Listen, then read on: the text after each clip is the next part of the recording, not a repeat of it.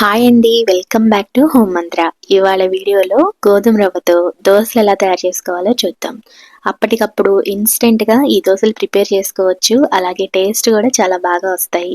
మరి ఈ ఇన్స్టెంట్ దోశలు తయారు చేసుకోవడానికి ముందుగా ఒక మిక్సింగ్ బౌల్ తీసుకొని అందులోకి 1 కప్పు గోధుమ రవ్వ వేసుకోవాలి.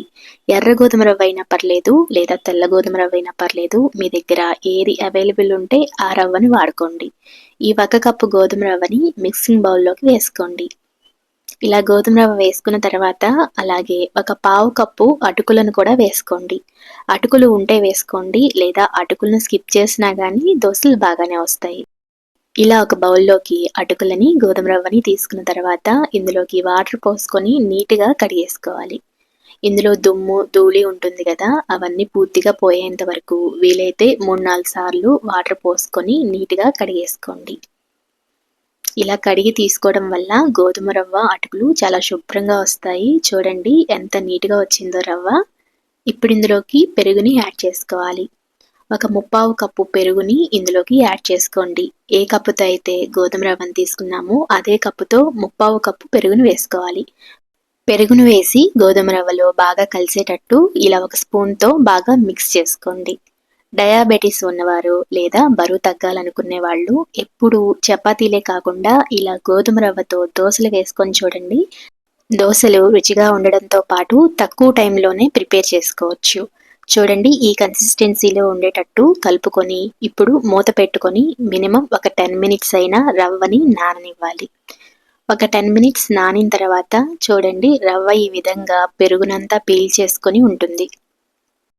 అలాగే రవ్వని ఎక్కువసేపు నానబెట్టాల్సిన అవసరం లేదు. ఒక 10 మినిట్స్ నానబెట్టుకుంటే పెరుగులో సరిపోతుంది.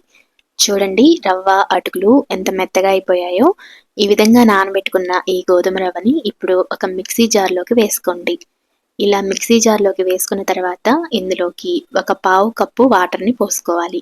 మరీ ఎక్కువగా పోసేయకండి. ముందు 1/4 కప్పు పోసుకొని తర్వాత అవసరమైతే కొంచెం కొంచెం పోసుకుంటూ బాగా మెత్తగా దోసల పిండి ఉంటుంది కదా మనకి, ఆ కన్సిస్టెన్సీ వచ్చే వరకు మిక్సీలో మెత్తగా ఇలా గ్రైండ్ చేసుకోవాలి. ఇలా గ్రైండ్ చేసుకున్న పిండిని ఒక బౌల్లోకి వేసుకోండి. ఇలా ఒక బౌల్లోకి తీసుకున్న తర్వాత ఇందులోకి రుచికి తగ్గట్లుగా ఉప్పు, అలాగే 1/4 టీ స్పూన్ బేకింగ్ సోడా వేసుకోండి. మనం వెంటనే వేసుకుంటున్నాం కాబట్టి కొంచెం బేకింగ్ సోడా వేసుకుంటే బాగుంటుంది. లేదా ఒక 4-5 గంటలు ఈ పిండిని ఫెర్మెంట్ చేసుకొని అప్పుడు కూడా దోశలు వేసుకోవచ్చు. స్టవ్ మీద దోశ పాన్ పెట్టుకొని హీట్ అయిన తర్వాత ఇలా దోశ పిండిని వేసుకొని కావలసిన సైజులోకి పిండిని స్ప్రెడ్ చేసుకోండి. ఈ గోధుమ రవ్వ దోశలు ప్యాన్ నుంచి ఈజీగా సపరేట్ అయిపోతాయి. అసలు ప్యాన్కి స్టిక్ అవడం అనేదే ఉండదు. కాబట్టి చాలా ఈజీగా దోశల్ని వేసేసుకోవచ్చు. మీరు ఆయిల్తో కానీ లేదా బరువు తగ్గాలనుకునే వాళ్ళు బటర్తో కానీ నెయ్యితో కానీ ఈ దోశల్ని కాల్చుకోవచ్చు.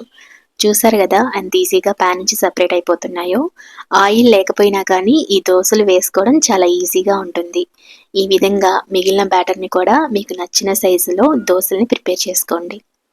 అంతేనండి, ఎంతో సింపుల్గా పెరుగు గోధుమ రవ్వతో ఇన్స్టెంట్గా ఎంతో రుచికరమైన దోశల్ని ఈజీగా ప్రిపేర్ చేసుకోవచ్చు. అలాగే ఈ దోశల్లోకి రోటి పచ్చడైనా నిలవ పచ్చడైనా లేదా చట్నీ అయినా ఏదైనా సెట్ అయిపోతుంది. మరి ఒకసారి తప్పకుండా ట్రై చేయండి. మీకు నచ్చితే మన హోమ్ మంత్ర ఛానల్ని తప్పకుండా సబ్స్క్రైబ్ చేసుకోండి.